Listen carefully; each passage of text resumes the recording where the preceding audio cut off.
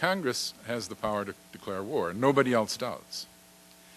But presidents had been starting wars for decades on their own without consulting Congress at all. And so Congress finally said, wait a minute, let us in on the action a little bit at least.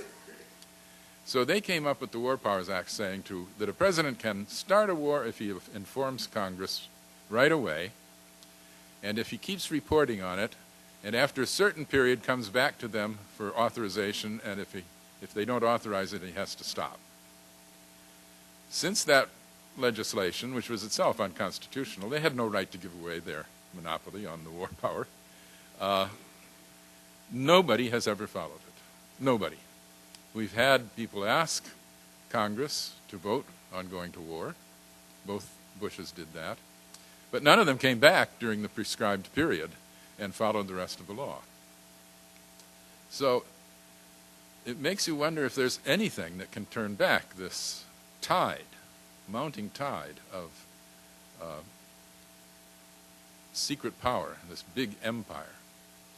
And so far, the performance of the Obama administration seems to encourage the idea that there is nothing.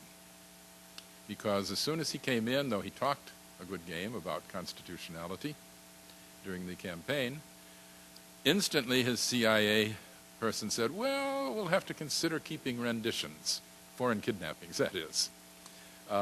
We'll have to keep the military tribunals. We'll have to refuse release of pictures of torture.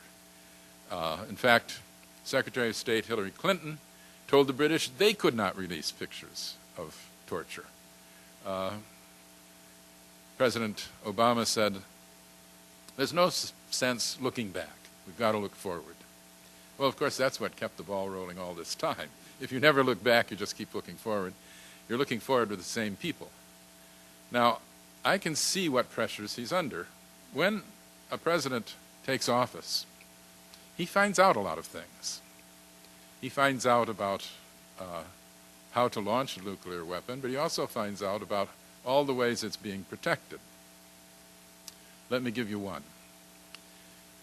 In the Reagan administration, it was decided that in case of decapitation, as they call it, in case the head of the government was killed in an attack, and his vice president, perhaps too, but mainly the president, it's not enough to let the Constitution work and go in its succession down to the Speaker of the House and other people, because Nancy Pelosi wouldn't know how to control the apparatus of the nuclear response. You need technicians and trained people, and are those who stood at the elbow of the president.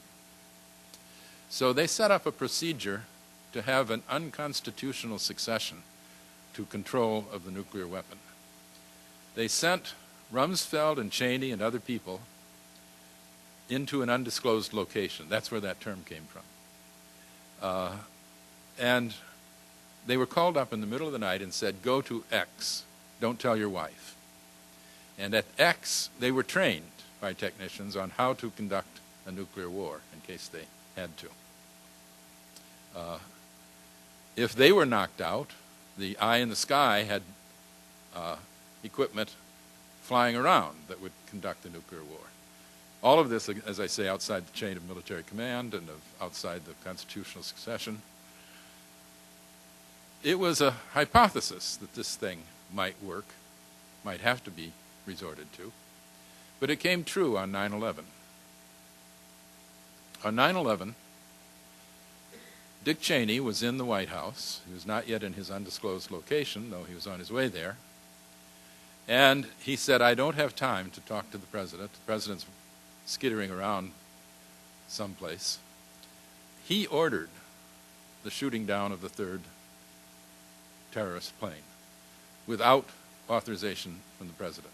Scooter Libber was standing at his elbow the whole time, and the 9/11 Commission decided that he was right. Right after he ordered it, he said, we don't have time. We've got to shoot it down right away or it'll blow up something. So on his own authority, he said, shoot it down. He actually thought there were more planes in the air. He said to shoot them all down, which they would have done if it had not been crashed by a rebellion among the passengers. So these are not far-fetched ideas. And Cheney is very upset about any attack on the presidency because that would reveal his record, which is a pretty criminal one. The idea that our fate is in the hands of secret people relying on secret sources and having no constitutional check is pretty scary.